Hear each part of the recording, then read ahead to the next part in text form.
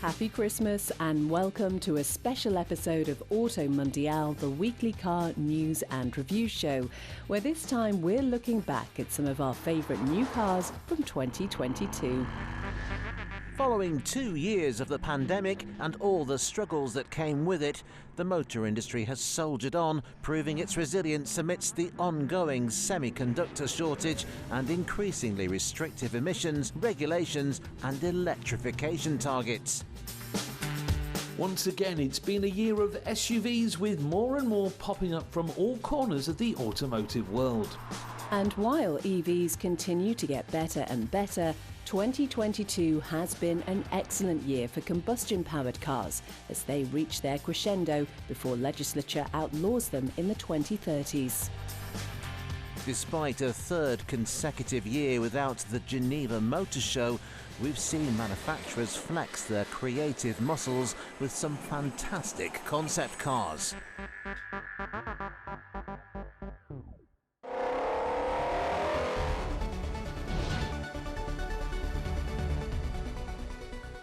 One of our favourites of the year was Kia's EV9. Following on from the triumphant EV6, the EV9 concept is another step towards Kia's premium makeover. Scheduled for production next year, the real thing will be slightly toned down from the concept, but that doesn't make it any less interesting. Using a stretched version of the EV6's platform, the EV9 is taking on the likes of Mercedes and Land Rover with more luxury and more space. Kia says the design was inspired by water, whatever that means, but it does have some nautical materials. The floor, for example, is made from recycled fishing nets, and there are lots of recycled plastics throughout the interior. But if used fishing equipment takes you by surprise, wait until you see the next concept.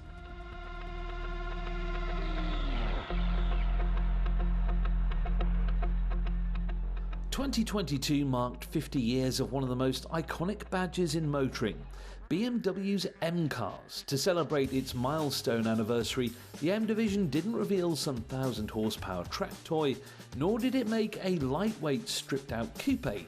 Instead, it built this. Yeah, 50 years of creating legendary performance cars was celebrated by a plug-in hybrid SUV. It's called the Concept XM, and we're sure you've already seen the recently unveiled production version and the countless articles and online forums documenting its styling, so we shall try for the best part to ignore it. We'll try instead to focus on some of the redeeming features of the concept. The colour, for example, is quite nice, and we like the wheels. On the whole though, it isn't the 50th birthday celebration we were hoping for, although the M3 Touring did somewhat make up for it.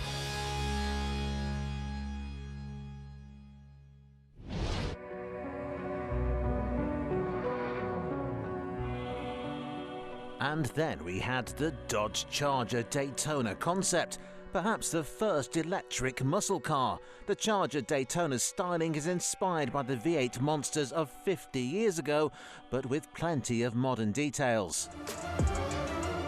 There's no doubting its aggressive presence, and like its namesake, it's been designed to be as slippery as possible, but not just for speed this time, for efficiency too.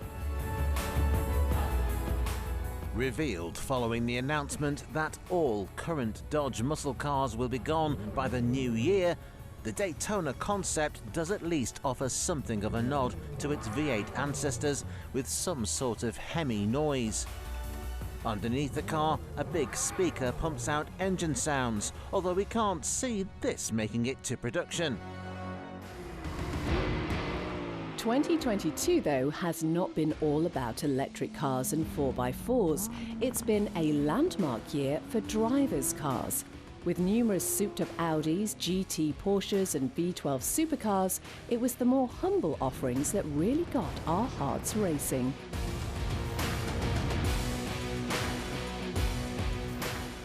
One such car was this, the new Honda Civic Type R, and it has some big Michelins to fill. The outgoing car was seriously impressive despite its cartoonish styling. The new one though looks much more modern. The Type R editions are infinitely more tasteful than before, with a less aggressive body kit and fewer fake vents. It still has some of the old car's madness though. There are 3 exhaust pipes for example, and a massive rear wing with die-cast aluminium mounts. The key to any fast Honda though is the engine. The new FL5 uses the same one as the previous FK8, this time producing some extra power at around 325 bhp thanks to a new, more efficient turbocharger. Like the old car, the recipe is pretty simple. A 2-litre engine and excellent chassis with power sent to the front wheels only. It's easy to be lured towards the all-wheel drive Golf Rs and A45s of this world, but if it's anything like the old one, the Civic will be more fun.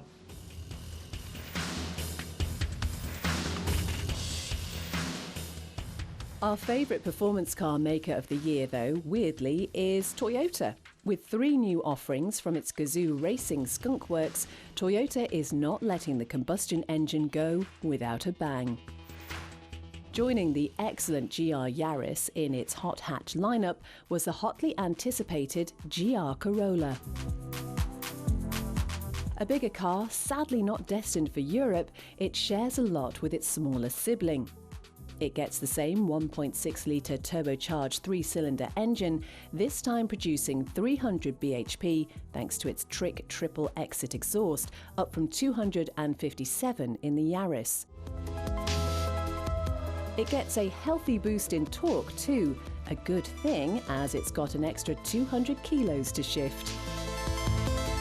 The good news continues with the gearbox. There's only one option and it's a 6-speed manual complete with automatic rev matching for when you can't be bothered to heel and toe. As expected, power is sent to all 4 wheels and, while we don't yet have specific performance figures, Toyota has confirmed you'll be able to adjust the torque split between the front and rear axles. It'll also get different driving modes for different terrains, perfect if you're planning on doing some amateur rallying. On top of all that, it looks fantastic. The body has been widened to accommodate the wider rubber, while the big spoiler and bonnet vents complete the sporty GR makeover. The second of Toyota's new GR products was a manual version of the Supra. With its muscular 6-cylinder BMW engine, the Supra had been crying out for a third pedal.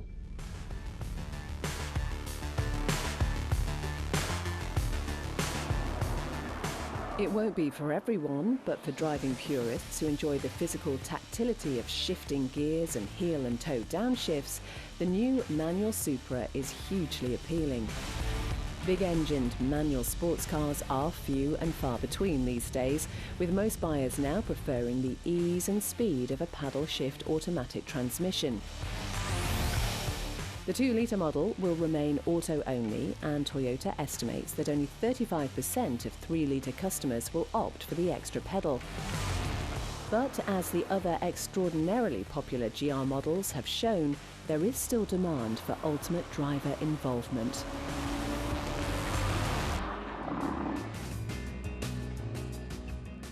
Our favourite new Toyota sports car, though, is the GR86. The successor to the long-lived GT86, the new one gets a bigger engine, up from 2 litres to 2.4. It's still a boxer and still naturally aspirated, but power is now up by 35 horsepower to a much healthier 232. 0 to 62 miles per hour has dropped 6.3 seconds, meaning it's still some way behind a Lotus or a Porsche, but this is a lot cheaper if you're lucky enough to get your hands on one. The GR86 costs just under £30,000. However, the production run for Europe is lasting just 2 years, and the UK allocation sold out in just 90 minutes. That should result in some pretty hefty markups in the classifieds. Join us again after the break for more of our favourite cars from the past 12 months.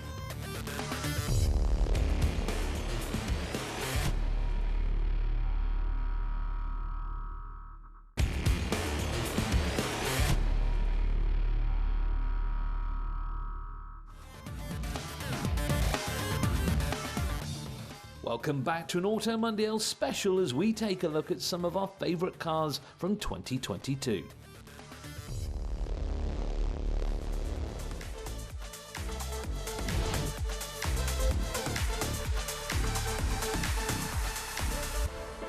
In a trend that's been going on for the best part of a decade now, 2022 has seen the release of countless new SUVs. Everything from Fiesta-sized crossovers to gargantuan luxury 4x4s hit the market. But perhaps the most important new model was the humble Kia Sportage.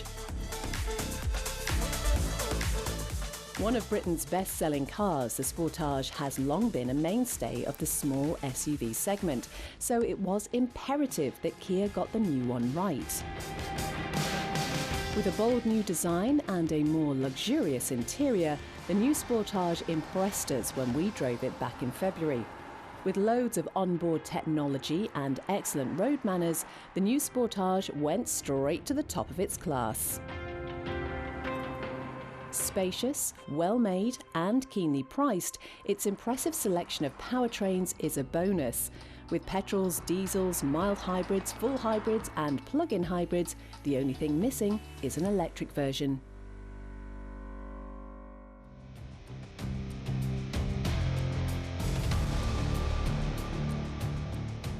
There were plenty of electric SUVs this year though, and not always from the places you'd expect them. This is the Maserati GRECALE. The leading prong of the brand's trident of new EVs, the GRECALE FOLGORE, to give it its full name, is an electric SUV full of Italian style and panache.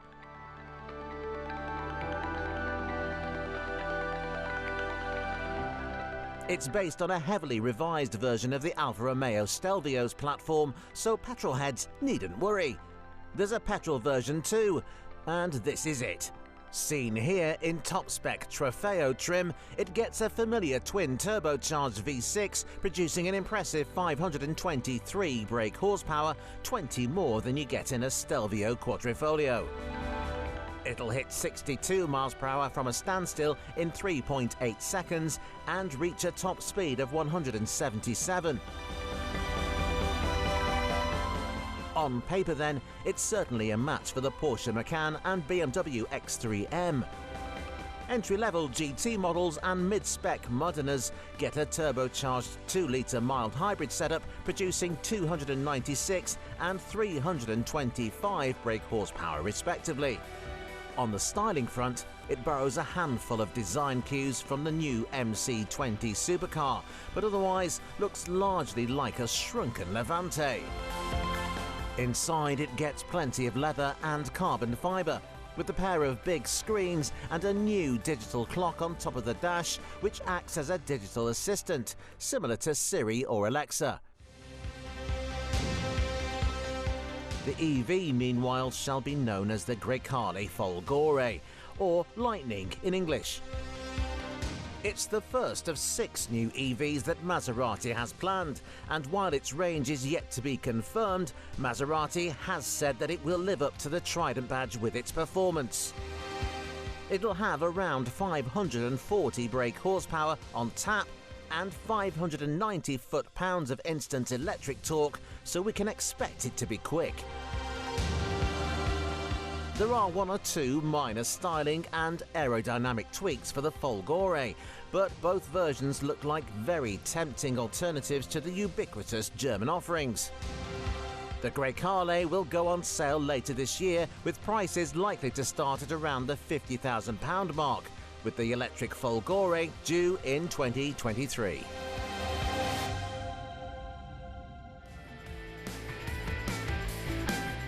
It wasn't the only new Italian SUV though. Alfa Romeo finally brought us a new model with the Tonale, a smaller sibling to the Stelvio. Built on an old Jeep platform, the Tonale might not be among the most dynamic cars in its class, but it's certainly one of the best looking, with its slim lights, classic curves and that famous Alfa grille.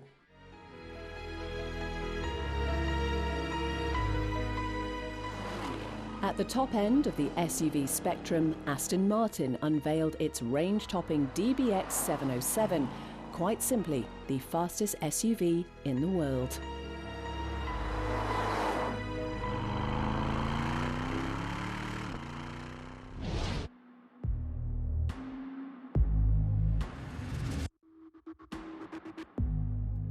And it wasn't just Aston Martin flying the flag for British manufacturing. This is the Bentley BATUR. Something truly special to send off the iconic W12 engine in style. With help from Bentley's in-house coach-building division Mulliner, the BATUR is a super exclusive Grand Tourer showcasing not only the engine but the brand's new design language as it heads into a new electric era. It's based on the Continental GT's platform with an elegant new body with active aero. There are numerous sustainable materials used in the construction, while the cabin is full of ultra-luxurious leather with 18-carat gold trim. Just 18 will be built, priced from £1.65 million before taxes. Deliveries are due to start next year, and yes, all have already been sold.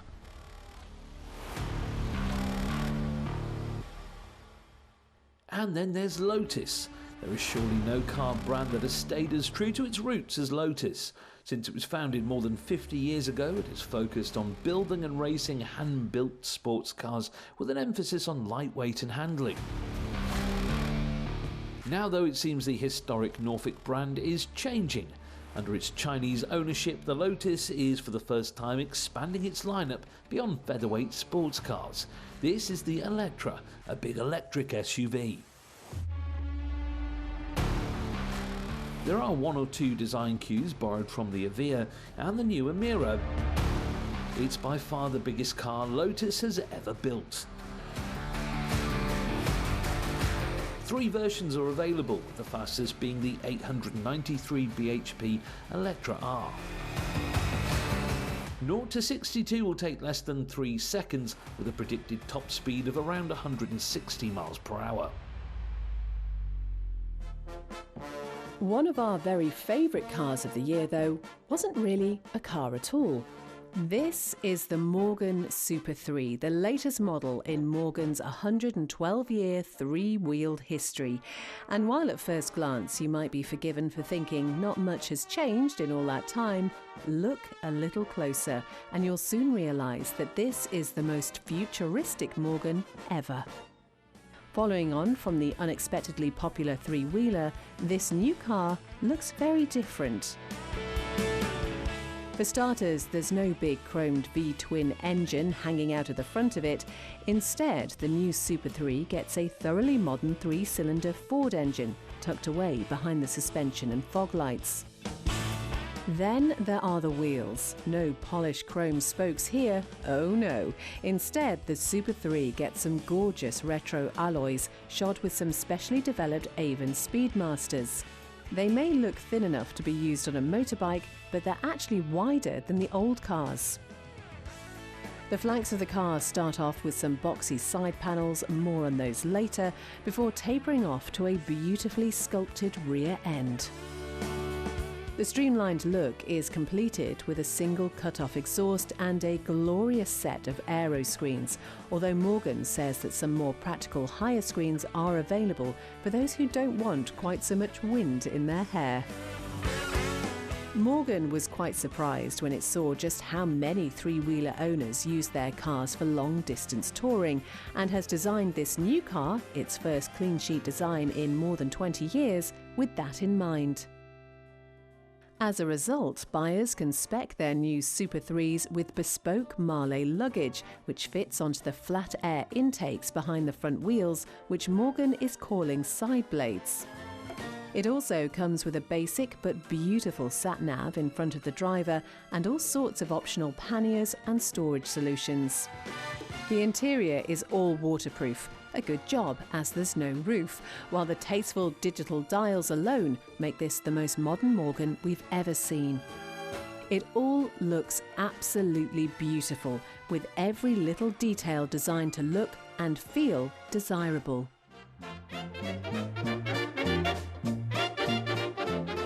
It isn't just a design study though. Some very clever engineering has gone into the packaging. The old car was basically a big bike engine with a couple of seats strapped to the back of it. Now though, the Super 3 is using a proper car engine, and modern safety regs dictate that you can't just leave it out in the open for anyone to cook themselves on. The new Super 3 then is strangely up to date, and yet it's still very much a Morgan. It's like nothing else, and it is distinctly British.